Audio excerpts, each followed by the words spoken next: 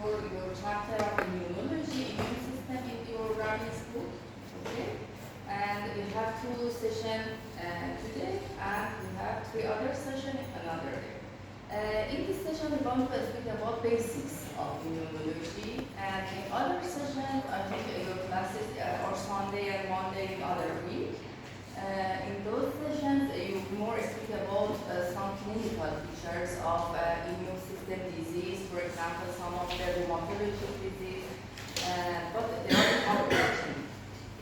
Here, we want to speak about basics of immunology.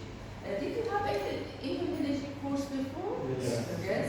So you should know some of the basics from the immunology, if you remember. No, I don't. You don't remember. Okay. We will give you. Okay, so first we want to speak what is immunity. Immunity refers to protection of our body against some of the disease. For example, some infectious disease, and we have some molecules, and we have also some cells which counterpart for immunity in our body. The immune system defends our body against countless pathogens. If someone has had a defect in the immune system, this individual is susceptible for many infectious diseases. But if the immune system is activated more than it is needed, it also can cause some problems, some disease. For example, hypersensitivity disorders, allergic disorders, rheumatologic disorders, autoimmune disorders. There are some of the diseases which the immune system is activating more than it is needed in our body. And if the immune system is activated less than it's needed in our body, the individual is susceptible for many infectious processes, for example. So it should be a balance in our body, in the immune system in our body. We have 2 main types of immunity in our body, innate immunity and adaptive immunity. Innate immunity, also called natural immunity or native immunity, and is mediated by some of the cells and proteins which are always present in our body. In innate immunity, we do not need any encountering before we do not the first exposure to external pathogen. Innate immunity is always present in our body. Can you name some of the parts of innate immunity in our body? Yes, for example, skin, mucus, mucosa, yes, mucosa, skin. Gut bacteria. Bacteria, bacteria is not a part of immunity. Skin, mucosa, and for example, phagocytes, neutrophils, they are all present in our body in condition. Neutrophils, phagocytes, skin, epithelial layer, mucosa, they are parts of dendritic cells, they are parts of innate immunity. And adaptive immunity is normally silent in our body, and when due to presence of some infections, the generation of some mechanism will begin, and the activation of adaptive immunity will begin, but it's silent normally or quite. Okay, innate immunity called into action immediately in response to infection because it's always present. It can take action immediately. Innate immunity and provide the first line of defense in our body. And a major reaction of innate immunity is inflammation. Can you remember inflammation chapter in your graduate book in 12th? Yes. You speak some of them, for example, presence of neutrophils in the inflamed area, diapedesis, and extravasation of neutrophils to the inflamed area. They are all part of innate immunity. Inflammation is an arm of innate immunity. By convention, the term immune system and immune response generally refer to adaptive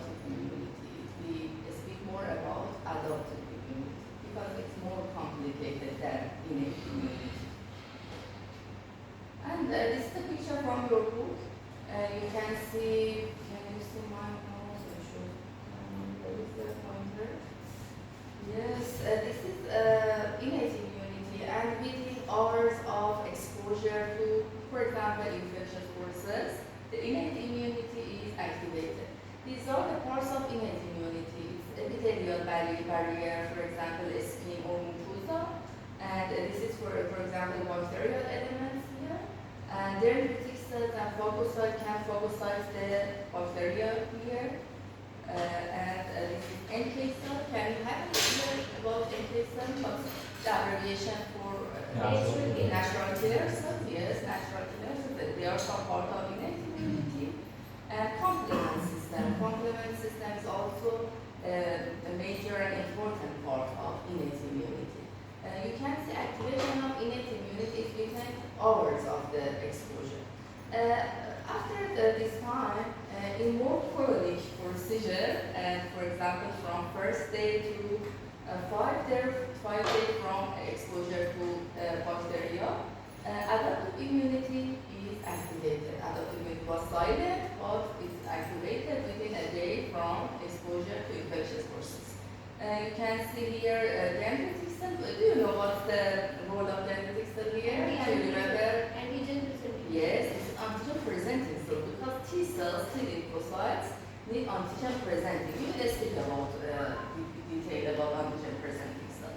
So you can see major part of adaptive immunity here. There are B lymphocytes and T lymphocytes. And the B lymphocytes produce some. What is this? What is the B lymphocyte producing? What are these? Yes, they are antibody against the marker. Yes, and these are, for example, probably plasma cells. Okay, they are probably plasma cells. And these are T lymphocytes. We have some T effector cells or T cytotoxic cells can kill the organism, the T cytotoxic. Innate immunity. Speaking about the parts of innate immunity, there are phagocytes, dendritic cells, epithelial cells, complement system, and we have a very important part of your food is some receptors of innate immunity. Because I told you innate immunity is always present in your body, but some receptors should detect the organism, the pathogen, and react against them. Okay, we have some receptors of innate immunity. How our body detects the one organism is pathogen? Because our body itself, our cells have receptors for our cells. Yes. So it can recognize them. Yes. But any pathogen, Yes. our cell see Yes. this one is foreign body. So Yes, we have some special receptors in our innate immunity which can recognize, for example, some same molecular pattern in the pathogens. Okay?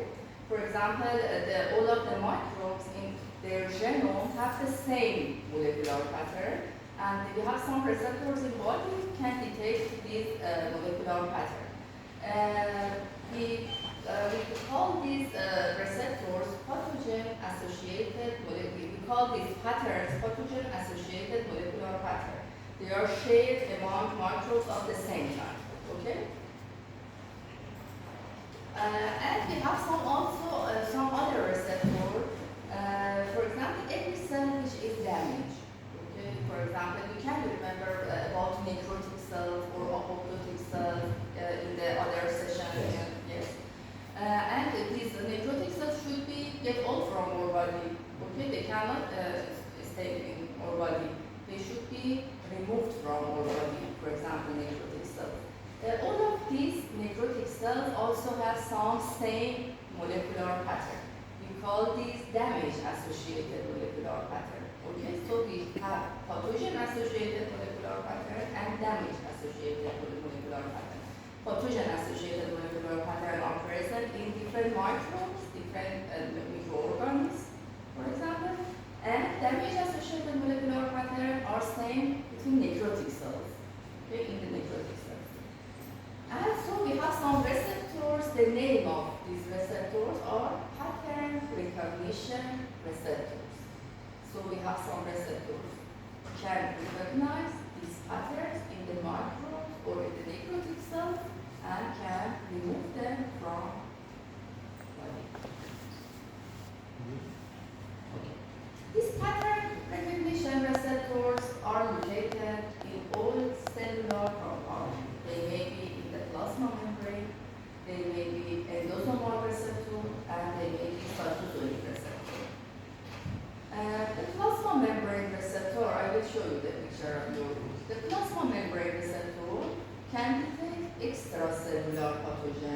extracellular microbes. And endosomal receptor and also cytosolic receptor can detect ingested pathogens. Okay, they should be intracellular because the receptors are inside the cells. And this is a picture from your book. You can see here two types of extracellular. These are plasma membrane, this is plasma membrane, okay? And these are two type of pattern recognition receptors, and they are present in the plasma membrane. One of these receptor name is TLR or Toll-like receptor. Okay, the name stands for Toll-like receptors. And this is the lectin receptors. And this is the bacterial production. It's an extracellular microbe. And this Toll-like receptor can recognize, for example, a specific molecular pattern in this microbe and recognize this and attach to this microbe. So Toll-like receptor is a plasma membrane pattern recognition receptor. And this is a lectin here. And the lectin receptor are sensitive to microbial polysaccharides. Okay? They can recognize microbial polysaccharides and attach to them. We have also five types of cytosolic receptor and endosomal receptor. Okay. What's the difference between endosomal and cytosolic receptor? This is you can see here, and what is this? Endosomal. What is endosomal? Endosomal receptor have an envelope around them, and for example, lipopolysaccharide envelope around them. Okay. But the cytosolic receptor are free floating in the cytosol. Okay. At Toll-like, we have also Toll-like receptor. So Toll-like receptor can be in plasma membrane and also can be in the endosome. Yes. And we have the cytosolic receptor. The example of them is node-like receptor. Okay, node-like receptor. And we have also ring-like receptor. I will speak about all of them, which is what the function of every of these. So this Toll-like receptor, which is plasma, is sensitive to extracellular pathogen. These are sensitive to intracellular components, for example. And the node-like receptor, it can detect a damage associated molecular pattern. So the node-like receptor are sensitive to necrotic cells. Okay, but for example, Toll-like receptor is just sensitive to bacterial products.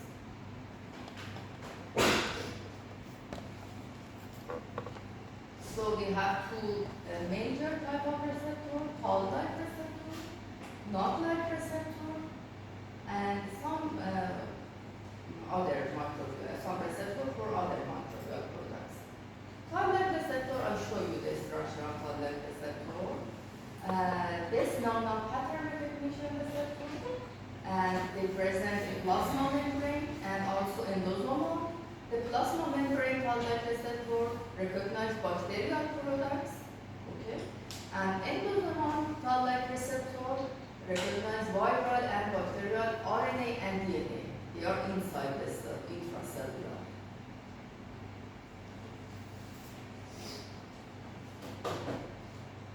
Toll-like receptor, when activated, stimulate production of mediators of inflammation, for example, interferon, cytokines, and promotes lymphocyte activation. And we have node-like receptor, which recognize production of necrotic cell. Okay, necrotic cell. For example, uric acid and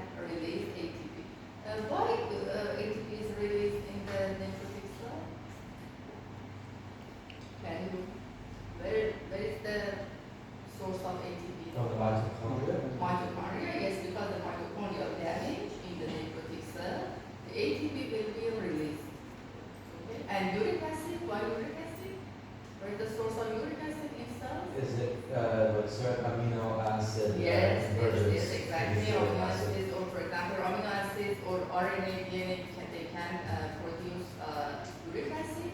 And why we have no disturbance, for example, loss of potassium? Because of the pump, it's the Yes, the pumps in the stop- plasma membrane, because for example, because the injury, the plasma membrane and the proton pumps in the plasma membrane are damaged, and we have loss of potassium. So these not-like receptors are sensitive to all of these components. So it is in this way, the not-like receptor can recognize necrotic cells. And we have a cytosolic complex, multiprotein complex. The name of this complex is inflammasome. Inflammasome is in the close contact with not-like receptors. What is inflammasome? I will show you the picture of inflammasome. Inflammasome is a cytosolic multiprotein complex. Inflammasome can activate an enzyme caspase-1. And caspase-1 activate interleukin-1, and the function of interleukin-1 is requirement of leukocytes and inducing fever. We have a disease. The name of disease is autoinflammatory syndrome. Okay, the name of disease is autoinflammatory syndrome. What is the cause of autoinflammatory syndrome? In autoinflammatory syndrome, we have a mutation in not-like receptors. Mutation which cause gain of function. The not-like receptors are activating more than it is needed. And the level of interleukin-1 is increasing. And we have fever. For example, a patient has periodic fever. And for example, it's the body is very inflamed. So in autoinflammatory syndrome, patient have periodic fever, and the cause of this fever is the increasing the level of interleukin-1 and activation of not-like receptors. This is a picture from your book, and you can see here this is inflammation complex. Which can activate caspase-1, and caspase-1 can lead to production of interleukin-1. This is pro-interleukin-1, which turn into interleukin-1, and this is not like receptors. They are not like receptors here, and not like receptors are sensitive to, for example, urate crystal, potassium increasing, and some bacterial products.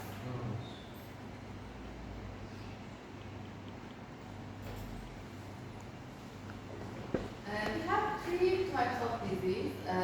In the previous edition of Robbins Pathology, three diseases were named here, but in the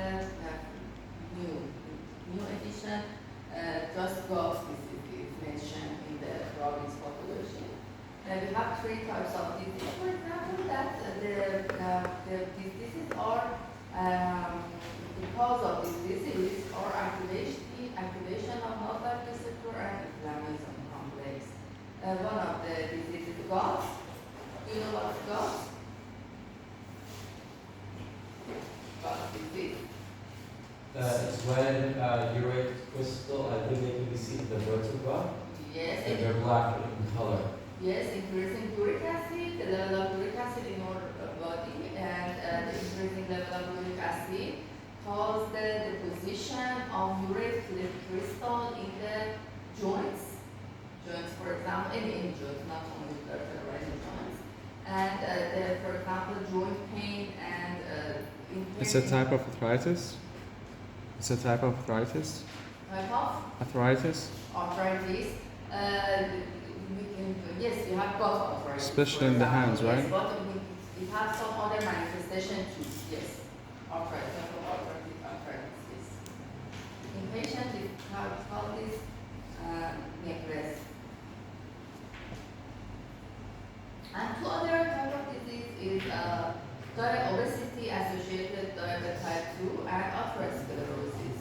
The mechanism of these three diseases are non-blood receptor activation and activation of inflammation.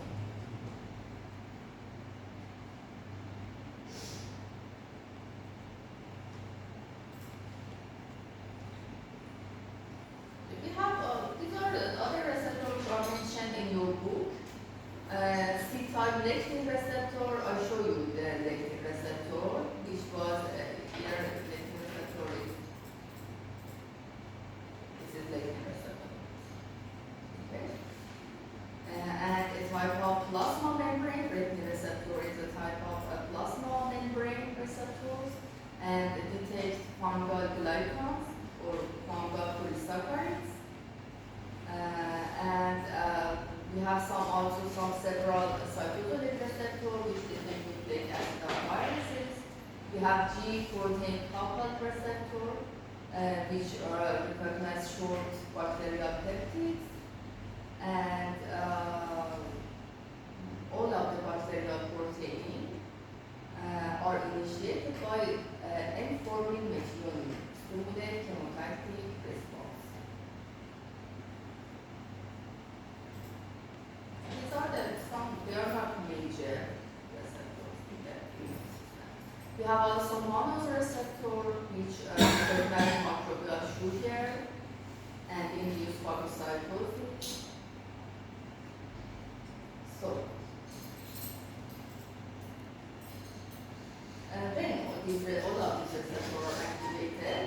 Inflammation will be happening by cytokines and complement activation. And we have some antiviral defense by producing type 1 interferon. Okay, before we get about adaptive immunity, I think we should review all of this, but we forget. I think we forget right now. Okay, what was the parts of innate immunity? Yes, skin, phagocytes, what was the main difference between adaptive immunity and innate immunity? Innate immunity does not require the first exposure. Yes, adaptive immunity needs first exposure, but innate immunity is always activated. It's not silent, always present innate immunity. Slow response time for adaptive immunity. Yes. Takes time to respond even after this second infection. Yes. Also, adaptive immunity is not memory for the. Memory cells. Yeah. Yes, memory cells. Yes, we have memory cells in the adaptive immunity, but in the innate immunity we do not have any. And the time is important. It's from the hours, and it was from days from the exposure. And the difficult part, receptors of innate immunity. Can you remember two types of plasma membrane? Pathogen-associated receptors and damage-associated. Yes. So we have from the pathogen-associated molecular pattern and damage-associated molecular pattern. Which receptors recognize, which are pathogen-associated, recognize pathogen-associated molecular TLR. Toll-like receptor. Where was what was the position of toll-like receptor? In the plasma and endosome. Endosomal, yes, and toll-like receptor recognize what? Bacterial products. Bacterial products. And what about not-like receptors? The what? Not-like receptors. Endosomal. It was cytosolic. Cytosolic. Ah, yes. Endosomal, yes, it was cytosolic. And which products did There is necrotic cells. Yes, products of necrotic Damn. cells, for example, ATP, for example, Crystals. using potassium, uric acid, these are the production of necrotic cells. Not-like receptor activate which Inflammasome. complex? Inflammasome, yes, inflammasome produce Caspase caspase 1, 1, interleukin 1. activate interleukin 1, interleukin Fever. 1 leads to fever. And we have autoinflammatory syndrome, which have gain of function of non-like receptors and a gain of function of inflammasome. What were three types of disease? Which were Gout, type 1 diabetes, gout, type 1 diabetes, and and something with lipid cholesterol. atherosclerosis. Oh. Atherosclerosis. This was the review of all. So we want to hear a bit about adaptive immunity. Adaptive immunity consists of lymphocytes and their products, including antibodies. There are two types of adaptive immunity. We have humoral immunity and cellular immunity. Humoral immunity is mediated by soluble proteins called antibody, and that are produced by B lymphocytes. And B lymphocytes and antibody protect our body against extracellular pathogens. Okay. And we have cellular immunity. Cellular immunity is mediated by T lymphocytes and it defends against intracellular microbes. So we have B lymphocyte product antibody. Antibody defend our body against extracellular pathogens. We have T lymphocytes defend our body against intracellular pathogens. This is the difference between innate and adaptive immunity. You speak about this. Okay, lymphocytes. Lymphocytes present in circulation and circulation of the meaning of circulation, it means blood. And in various lymphoid organs. Lymphocytes develop from precursor in generative lymphoid organ. Do you know what are generative lymphoid organ? The times Thymus for T lymphocytes and bone marrow for B cells. B lymphocytes, yes. T lymphocytes mature in thymus, whereas B lymphocytes mature in bone marrow. The process linked to lymphocyte differentiation is the rearrangement of genes encoding antigen-specific receptor on B and T cells. This is what the process there. Other slides. T lymphocytes constitute 60 to 70% of our body lymphocytes. So most of lymphocytes in our body are T lymphocytes. And they present in peripheral blood, and the T lymphocytes are major lymphocyte population in the spleen, especially in periarterial sheaths in the spleen. And we have histology course before this. I don't know if they have shown you periarterial sheath, but it's for education in the spleen, periarterial sheath. And they present in lymph nodes in interfollicular zone. I will show you the structure of lymph node. This is the periarterial sheath in the spleen, which T lymphocyte present here. And it's very important that T cells cannot recognize free or circulating antigen. Instead, the vast majority of T cells see only peptide fragment of intracellular protein, which are displayed by MSC molecules. Okay, so T cells cannot recognize free antigen. T cells, all of T cells, more than 90% of T cells need antigen present for mutation of microbes.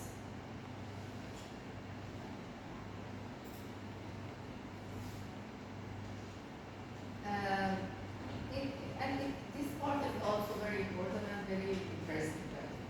Each T cell or B cells have their progeny constitute a clone, express a single antigen receptor, and total population of lymphocytes numbering about 10-12 million can recognize tens or hundreds of millions of antigen. For example, every T cell or B cell exposed to a specific antigen. Okay? These T cells or B cells only recognize this type of antigen because of gene rearrangement. When a T lymphocyte or B lymphocyte exposed to a special antigen, the rearrangement in the genome of the lymphocyte happens, and this type of lymphocyte become specific only for that type of antigen. So we have many clones of the lymphocytes in our body. Okay? We have many antigens and we have many columns of lymphocytes in our body, which of with every lymphocyte is specific for a specific antigen. And we have, for example, when we have a disorder, for example, neoplasm of lymphoid tissue, lymphoma. Lymphoma is a tumor of the lymphoid tissue. A single column of the lymphocytes are producing, okay, proliferating. Okay, in lymphoma we have the proliferation of single column of lymphocytes. But in our normal body we have many columns of lymphocytes, which in every column is specific for a type of antigen. So we have an enormous diversity of antigen receptors, and it's encoded by variant DNA sequences during lymphocyte maturation. Here we have a B lymphocyte, and this is a microbe, for example, and these are some receptors on the surface of the lymphocyte. These receptors recognize this microbe, and here gene rearrangement will happen, and we have production of here plasma cells. This plasma cells is specific for this type of microbe, for this type of antigen. And plasma cells produce antibodies here. Antibodies can activate complement system. And the function of antibody is, for example, neutralizing of microbe or phagocyte, or activation of phagocyte or complement activation.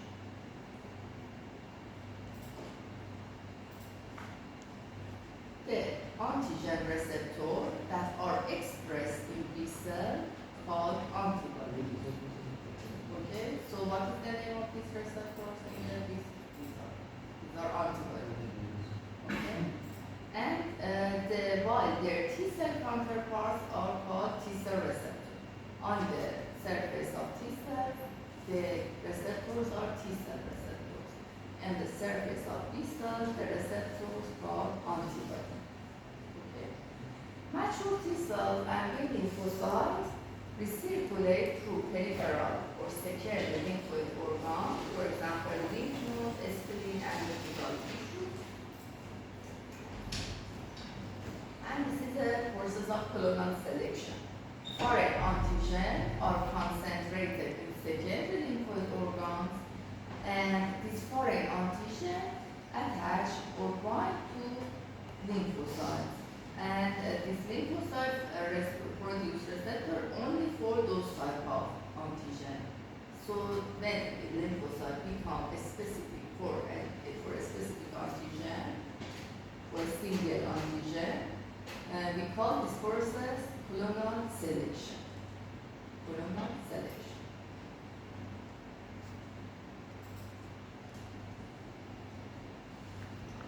Mature lymphocyte phases of the life. Mature lymphocyte, we have three types of lymphocytes. We have first naive lymphocytes. What are naive lymphocytes? Naive lymphocytes are lymphocytes which express antigen receptor, but have not responded to antigen and do not serve any function. So the naive lymphocytes have receptor for antigen, but they are not becoming a specific for type of antigen, and they do not have any serve any function. They are, for example, very named, it means that they do not have any function. They are immature, for example, lymphocytes. We have effector lymphocytes, which are active lymphocytes and perform function for eliminating microbes in our body. And we have memory lymphocyte. Memory lymphocyte present in our body after first exposure and survive in silence after antigen elimination and respond rapidly upon subsequent encounters. Okay.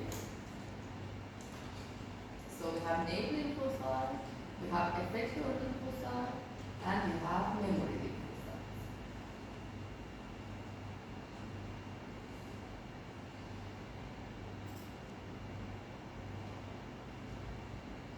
We have two major T lymphocytes in our body. We have T helper T lymphocytes. The antigen is separate antigen of the T helper lymphocyte is CD4. CD4. You know what CD abbreviation stands for? Cluster differentiation. Cluster differentiation, yes. CDs are some of the, for example, antigen which are present in the surface of different lymphocytes or their different cells. T lymphocyte specific surface antigen is CD4 and CD8. The lymphocytes which are CD4 positive, we call them helper cells. Why T helper cells? Why we call these helper? Because they help or stimulate B cells for producing antibodies. Okay? And for example, B cells and macrophages. And we have also T cytotoxic cells, which the surface antigen is CD8.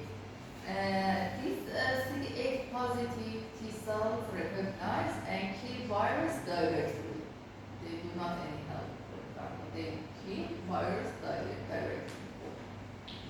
And I speak about 60 and 70% of lymphocyte are T cells. I told you T lymphocyte need antigen present. Yes. Antigen present T cell capture, process, and present microbial or non-self antigen to T cells. So every T cell need antigen presentation.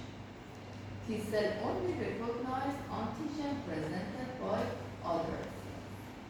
And antigen presenting cells, APC, or accessory cell is a cell that displays antigen bound by MHC protein on its surface. I will show you the picture of MHC and APC.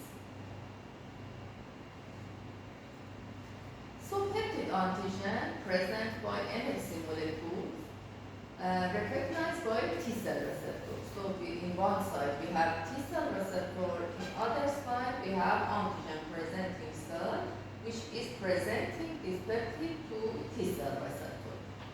The binding between T cell receptor and antigen peptide is relatively low affinity, and it will be degenerated. Do you know what affinity? Yes. It's like some cells like others. Like Connection between the receptor and the antigen. Yes. For example, here you have T cells. I'm putting this on the surface of the T cell receptor. And here you have, for example, antigen presenting cell. And this antigen presenting cell has some MHC molecules. This antigen presenting cell want to present the microbe or antigen to T cell. Okay? And the strength of this connection, strength of connection of antigen to receptor, we call this affinity. Strength, so that the strength of attaching of this receptor to antigen. And what is avidity? Have you heard of avidity? The sum of all the Yes, some of the affinity of the strength. For example, when you have an antibody, for example, IgM. IgM is a type of antibody, and we have also IgG, another type of antibody. IgG is a dimer. Dimer means it has two arms. Okay? And it can attach to, for example, two antigen. Okay? But IgM is pentamer. It has 5 arms. And it can attach to, for example, 5 antigen. And so the avidity, the sum of every antigen to receptor have an affinity. The sum of affinity of IgM is always more than IgG because the arms are more than in the IgM.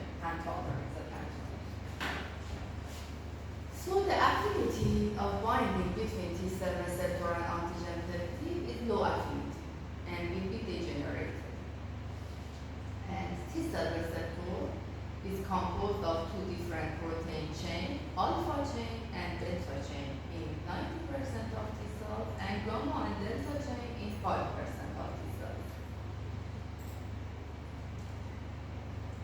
And each chain, I will show you a picture. Each chain has a variable region that participates in binding to peptide antigen. When T cell receptor engages antigen, the T lymphocyte is activated through signal transduction.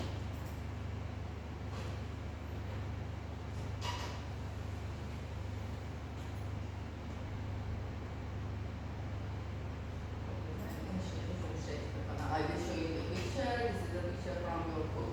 Are you tired? I will explain this and you can, for example, 5 minutes. I think you are tired. The immunology, I know, immunology somehow maybe boring for you, but it's very important because it's the base of many reactions in our body. It's very basic, base of many reactions in our body. What is this? This is antigen presenting cell here, and this is a T cell. This antigen presenting cell want to present the antigen to T cell. And this is the MHC molecules which are present in antigen presenting cell. This is a peptide antigen. This antigen should be presented to T cell.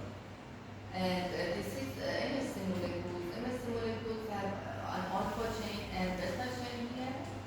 And this is T cell. T cell have also alpha chain here and beta chain here. And these are in more than 90% of T cells. But some of the T cells, instead of alpha and beta chain, have beta and gamma chain. We call them gamma delta T cells. They present in some of the mucosal layer in our body. And this peptide is presented to these T cells. Do you know what's the type of T cell? It's a T helper cell or cytokine cell? T helper. T helper Y? CD4. MHC Yes, it has two. CD4 here. Yes, CD4. So because it's CD4, it's a helper T cell. And then this attachment is becoming, the interaction happens. The T cell receptor will be activated, and we have some signal transduction from here, and T cell is activated, produce some cytokines, and other cascade of inflammation will be happen here. And this is also CD28, and these are, for example, co-stimulator. It's a type of co-stimulator. So it's very important here, alpha beta chain in MHC molecules, class 2, and alpha and beta chain in T cell receptor. We call this complex CD3 receptor. CD3 receptor present in all types of T cells.